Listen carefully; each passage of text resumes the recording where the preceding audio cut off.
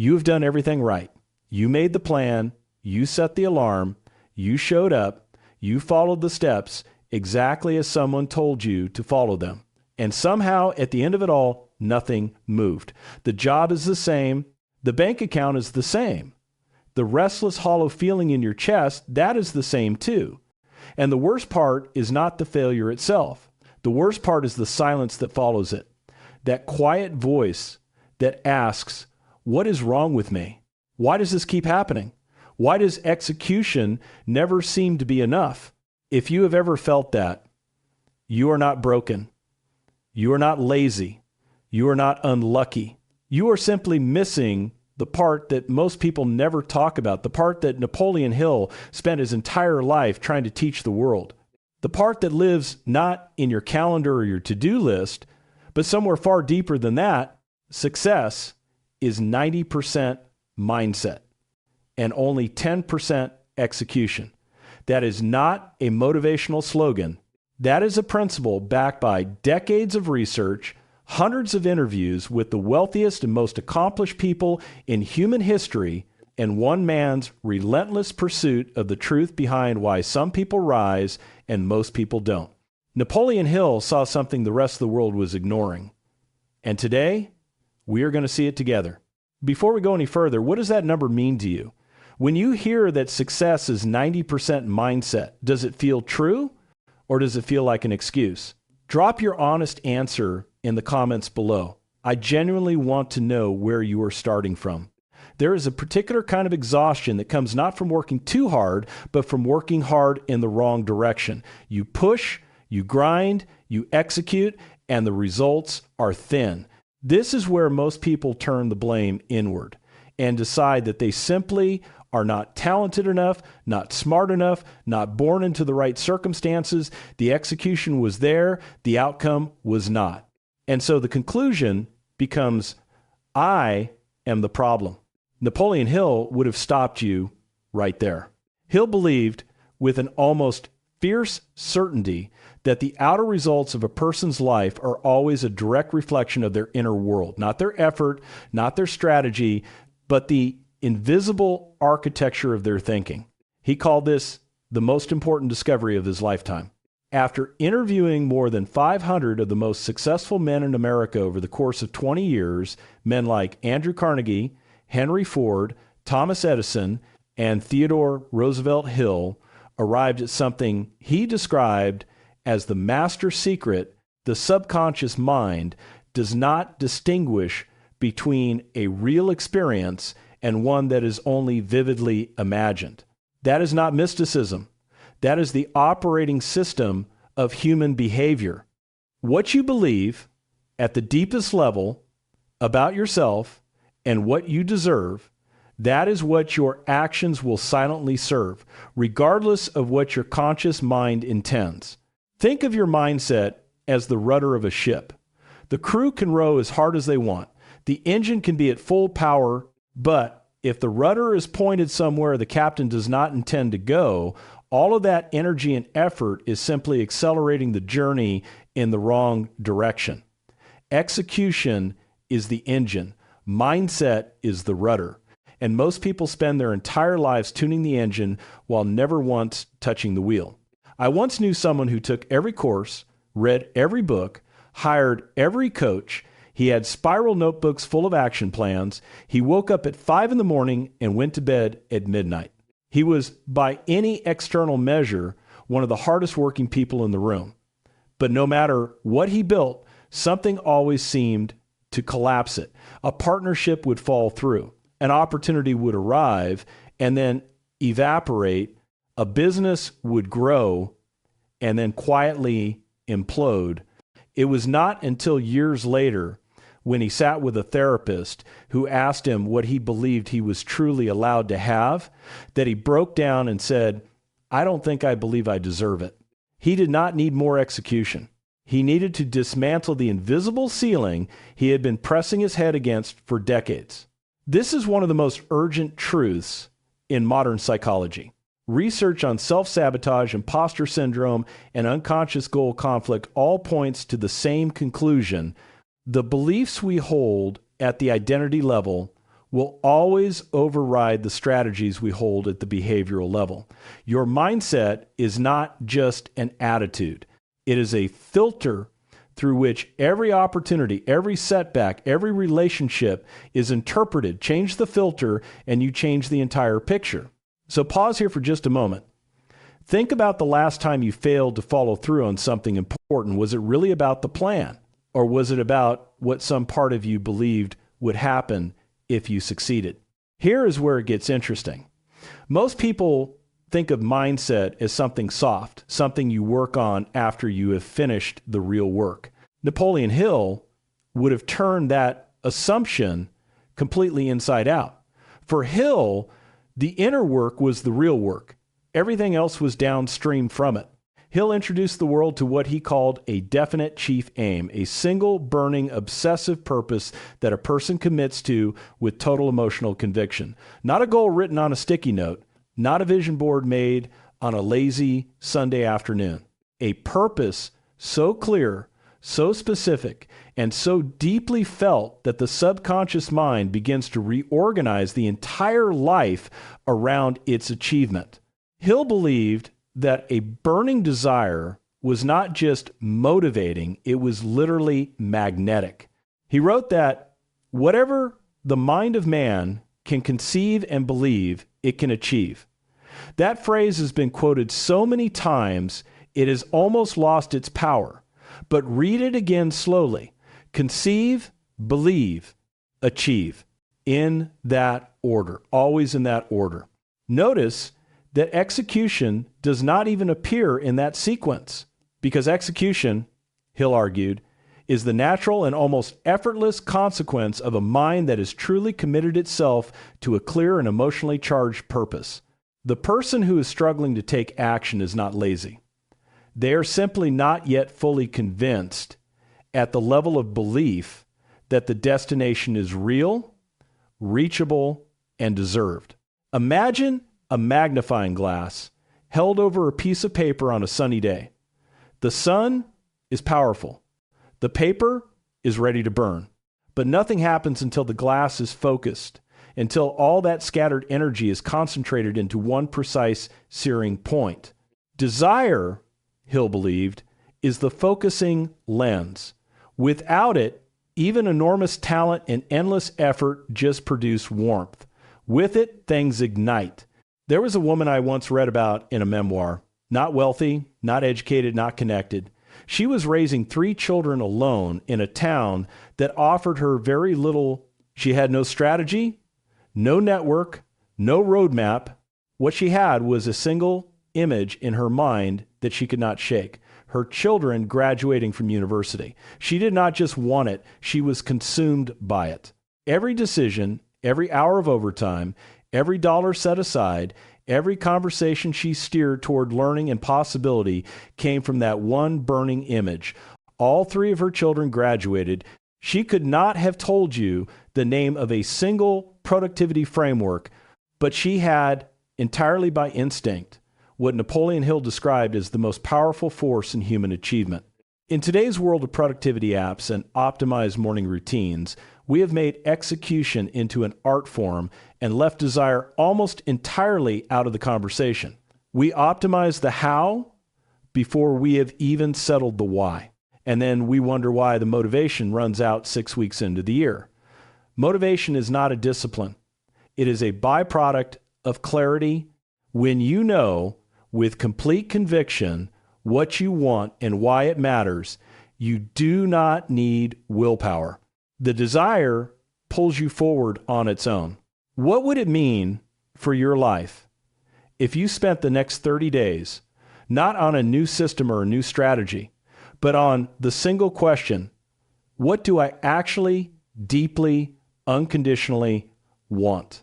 If desire is the ignition, then what Napoleon Hill called the master mind is the fuel, and this idea, perhaps more than any other in his body of work, has been misunderstood, dismissed, and tragically underused by the very people who need it most. Hill defined the mastermind principle as the coordination of knowledge and effort in a spirit of harmony between 2 or more people for the attainment of a definite purpose. That sounds formal. What it means in practice is simpler and more powerful. The people you surround yourself with do not just influence your mood.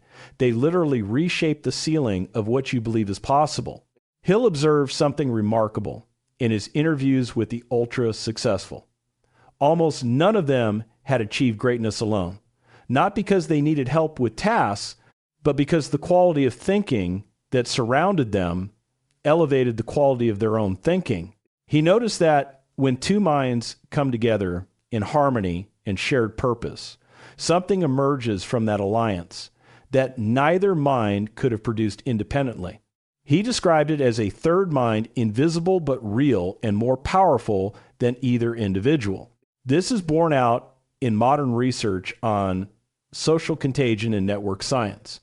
Studies have shown that your income tends to converge toward the average of the 5 people you spend the most time with. Your health habits, your risk tolerance, your ambitions, your language about what is possible, all of these are quietly being shaped by the people in your orbit, whether you are aware of it or not. Your mindset is not built in isolation. It is assembled piece by piece from every conversation you have and every environment you inhabit.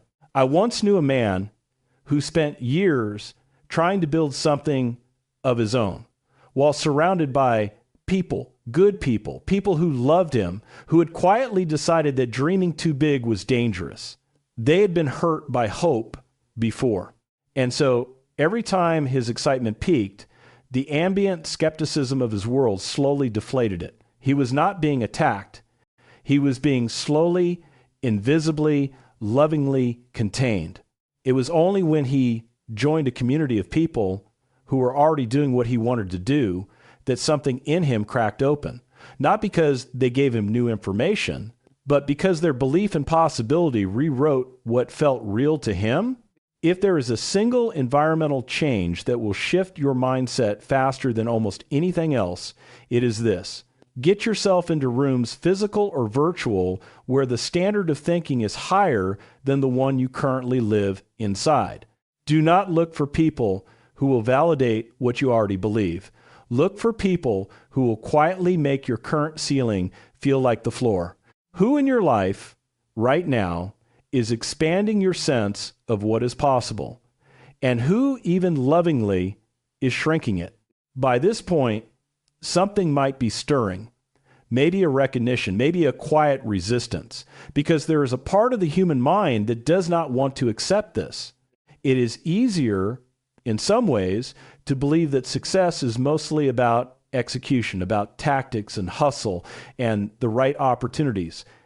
Because if success is about execution, then failure is about circumstances, external things that are not your fault. But if success is 90% mindset, if the inner world is the real territory, then something more uncomfortable becomes true.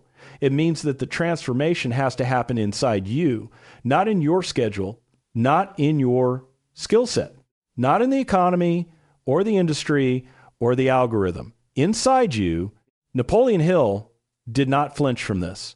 He was one of the first thinkers in modern history to say, plainly and without apology, that every human being is the architect of their own mental environment, not their circumstances. He never minimized hardship or pretended that the playing field was level, but the lens through which circumstances are interpreted, that, he insisted, is always within our control. He described the habit of what he called applied faith, not religious faith, but the disciplined practice of acting on a belief before the evidence fully arrives, of moving forward with conviction while the outcome is still uncertain. He believed that this kind of faith was not passive. It was one of the most aggressive and demanding inner disciplines a person could develop. The metaphor that comes to mind is a thermostat. A thermometer reads the temperature in the room. A thermostat sets it. Most people are living as thermometers, reflecting the emotional and financial temperature of their environment. Hill was calling people to become thermostats, to decide internally what the temperature would be and to hold that setting steady regardless of what the external world was doing. There was a young man who grew up in genuine poverty, not the motivational poster kind, but the real kind, where there is not always food and the lights go out sometimes. Everyone around him had reasonable, logical, well-intentioned explanations for why people from places like his did not rise very far. He heard those explanations so many times that they became the walls of his imagination. And then one day, someone handed him a book. You can probably guess which one. And something in him refused to accept the ceiling anymore. He did not get rich overnight. It took years. But the moment the mindset shifted, his decisions shifted. And the decisions were what changed the trajectory in an era of economic anxiety, where the gap between those who are thriving and those who are merely surviving feels wider than ever. It is tempting to locate the cause entirely outside ourselves, and there are real structural forces at play that is not nothing. But Napoleon Hill's contribution was to remind us that within every constraint, there is still a degree of inner sovereignty that no external force can touch. That the most powerful thing in any room is always the quality of thinking that occupies it. If this perspective is shifting something for you even slightly, consider sharing this with someone who might need to hear it. Not because it will solve everything, but because the right idea, reaching the right person at the right moment, can change the entire direction of a life. There is a chapter in Napoleon Hill's thinking that tends to make people uncomfortable, not because it is strange, but because it is so close to home. He called it the sixth sense, and in his framing, it was the culmination of all the other principles: desire, faith, autosuggestion, specialized knowledge, imagination, organized planning, persistence, the mastermind. When all of those were developed and practiced in harmony, Hill believes something opened in the mind, a kind of higher intelligence that could not be accessed through logic alone, a quiet knowing, an intuition so refined and so trustworthy that it could guide a person to the right decision before the rational mind had assembled enough information to justify it. Modern neuroscience has given this idea a different name: pattern recognition.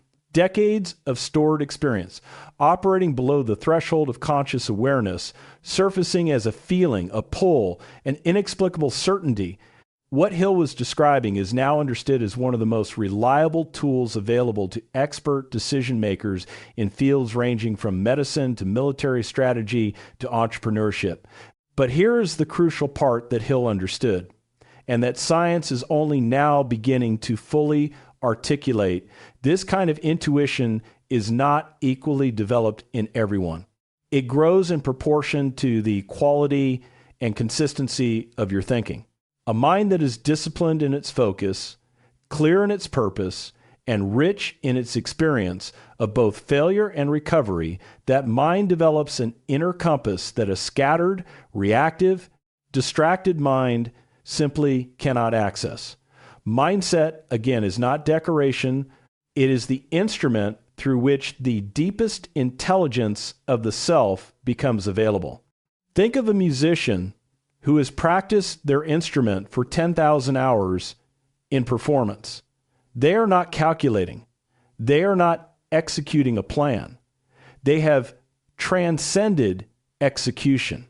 The music moves through them because the preparation has sunk so deep into the nervous system that it has become instinct. This is what Hill was pointing toward: a state of being so aligned with purpose, so saturated with belief, so practiced in the disciplines of the mind, that right action becomes almost effortless. Not because the person is trying harder, but because they have gone far enough inward that the outer world begins to rearrange itself accordingly. I once knew someone who described the best decision of her professional life as one she made in about 3 seconds, a decision that took courage, that contradicted the data, that everyone around her said was too risky. She made it anyway. and it changed everything? When asked how she knew, she was quiet for a long time. Then she said, I didn't know. I just trusted something I had been building for a long time, that something that accumulated, refined inner trust is what Napoleon Hill spent his life trying to help people develop. The question is not whether you have this. You do. Everyone does. The question is whether you are cultivating it, whether you are building the inner conditions under which it can speak clearly enough to be heard. And this brings us to perhaps the most misunderstood concept in all of Napoleon Hill's work. Persistence. Not the gritted teeth, clench your jaw, white knuckle version of persistence that popular culture tends to celebrate. Hill describes something far more nuanced and far more powerful than that. He described persistence as the result, not the cause, of a burning desire married to a clear purpose. He wrote that the basis of persistence is the power of will. But more than willpower, he pointed to something he called definiteness of purpose combined with a burning desire for its fulfillment. In other words, people who persist are not more disciplined than people who quit. They are more certain. They have a clearer vision of where they are going and a deeper conviction that getting there is not just possible, but inevitable. Persistence, in Hill's framework, is what naturally happens when the mindset is right. It is a symptom of alignment, not a practice of suffering. This reframes struggle in an important way. If you are forcing yourself to persist, if every day feels like dragging yourself across broken glass, that is not a sign of strength. It is a signal. It is the subconscious mind telling you that something in the alignment is off. Either the goal is not truly yours, or the belief in its achievability is not yet solid, or the desire has not yet been ignited fully enough to sustain the effort on its own. Execution without belief is not noble. It is exhausting, and it is ultimately unsustainable. I once knew a man who ran a business for 11 years out of pure obligation. He had started it for the right reasons, but somewhere along the way, the passion had left, and only the momentum remained. He persisted, he showed up, he executed, and the business survived, but he was hollowed out by it. It was only when he finally allowed himself to stop, to genuinely ask what he wanted, what would make the work feel like something other than servitude, that he found his way to something that pulled him forward instead of pushing him from behind. He later said that the 11 years of grinding had taught him nothing, that one honest conversation with himself could not have given him for free. In an age that glorifies hustle and wears exhaustion as a badge of honor, Napoleon Hill's reminder is quietly radical. The person who is truly aligned with their purpose does not grind. They are drawn. There is a difference, and it is enormous, between a person who is pushing themselves towards something and a person who is being pulled. The pulled person will always outperform and outlast the pushed one, not because they work harder, because they are spending 90% of their energy on the thing that does 90% of the work. Their mindset. So what does all of this mean practically for where you are right now? Napoleon Hill spent 20 years